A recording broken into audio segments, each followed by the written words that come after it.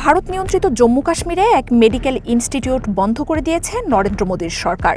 প্রতিষ্ঠানটিতে ভর্তির ক্ষেত্রে মুসলিম শিক্ষার্থীরা এগিয়ে থাকায় ডানপন্থী হিন্দুত্ববাদী দলগুলোর বিক্ষোভের জেরে বিস্ময়কর এই সিদ্ধান্ত নিয়েছে প্রশাসন।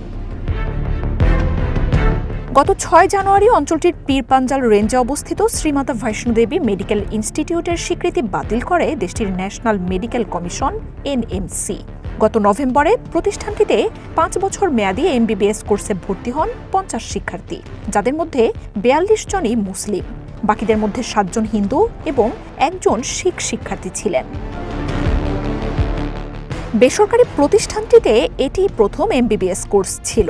হিন্দু একটি দাতব্য সংস্থার প্রতিষ্ঠিত বৈষ্ণোদেবী মেডিকেল কলেজটিতে অর্থায়ন করে ভারতের সরকারও। দেশটিতে সরকারি বা বেসরকারি মেডিকেল কলেজে ভর্তি পরীক্ষা হয় কেন্দ্রীয়ভাবে। দেশ জুড়ে মেডিকেল কলেজগুলোতে থাকা ১,২০,০০০ আসনের বিপরীতে প্রতি বছর এই পরীক্ষায় ২০ লাখের বেশি শিক্ষার্থী অংশ নেন। সরকার নির্ধারিত কাটমার্কে উত্তীর্ণ হওয়ার পর সরকারি বা বেসরকারি কলেজগুলোতে ভর্তি হন তারা।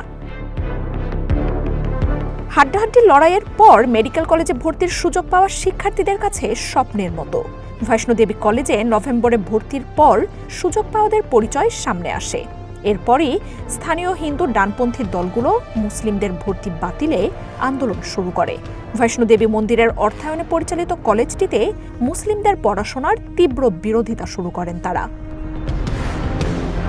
কয়েকদিন আন্দোলনের পর নরেন্দ্র মোদীর ভারতীয় জনতা পার্টি বিজেপির পক্ষ থেকে কলেজটিতে শুধু হিন্দু শিক্ষার্থী ভর্তির সুযোগ রাখতে কাশ্মীরের লেফটেন্যান্ট গভর্নরের কাছে পিটিশনও পাঠানো হয়।